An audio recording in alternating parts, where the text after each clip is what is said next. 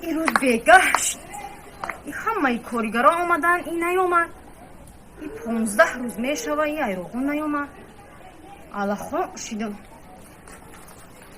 تو برو میا بیرون تماشا کنم کجا شید.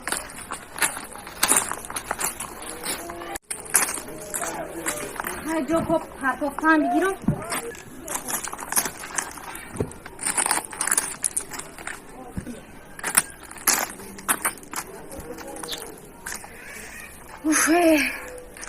زیق شیدم آخه داری 15 روز زیق شیدم زیخیره مردم. دوستش میدارم آخی تو بیگه حد بیلگیر شیدیم دیلم یک کفایه که دوستش میدارم اگه چه خیلی پیش باز میرفته باشم. ای خدا تیز به یه ماشین اومد کی باشه تیزتر بیا یکی دیلم تنگ شید. که می اومده باشه دایی 15 روز مردم ای زیقیره. ای بایه ای که میویه در حیاتی عمرم کافته نه یفتم شد ای داری 15 روز مردم ای زیقیره مردم. اینو مردک جونی ما اومد خودش آخی میم برم شه در خوکی پاش بوم برم اومده بداومی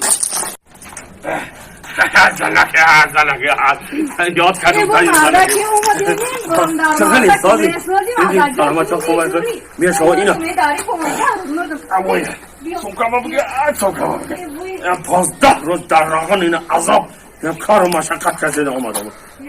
یا مردک جون یا مردک جون تیاره زفت یا مردک بشید شمزنه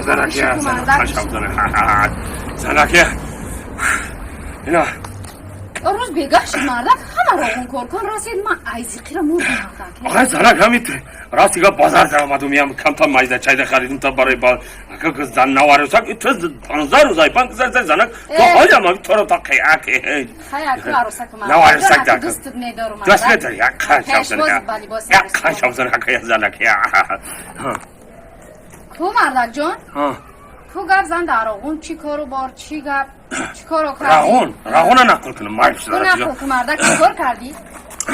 همین وقتا راستی گفت نچلنیک من گفت که بابای خالدر بای من گفتم لبای گفت که راستی گفت همین بریگاد تا همین کارگرا تا بگی گفت برگو ای سال 1980 گفت سال 1980 یک تا سیل آمدگی بدای هم داری تونلی راغون دا سیل آمدگی بدای یک تا بولدوزر همین تای خاک گر کرده ماندگی بدای تای خاک دماندگی همرا گفت که برد بکنید ببراری گفت ای سال 1980 اینا ای سال 1980 اینا 20 سال اینا 40 سال 41 سال شده 41 سال تای همه خاک دا خراب تگیده براستی گفت رفتیم همین کن در تای تونل نه دری تونل دا تای خاک ماندگی ده سیل آمده تای خاک ماندگی ده با بریگاد را گرفت رفتم خیلی که بریگادی ده بریگادی رفتم همو بلدازیر کندی بروادیم تا بکنم ولی قرآن که گفت دروش هم دیتشته سیگارت کش دیسته یه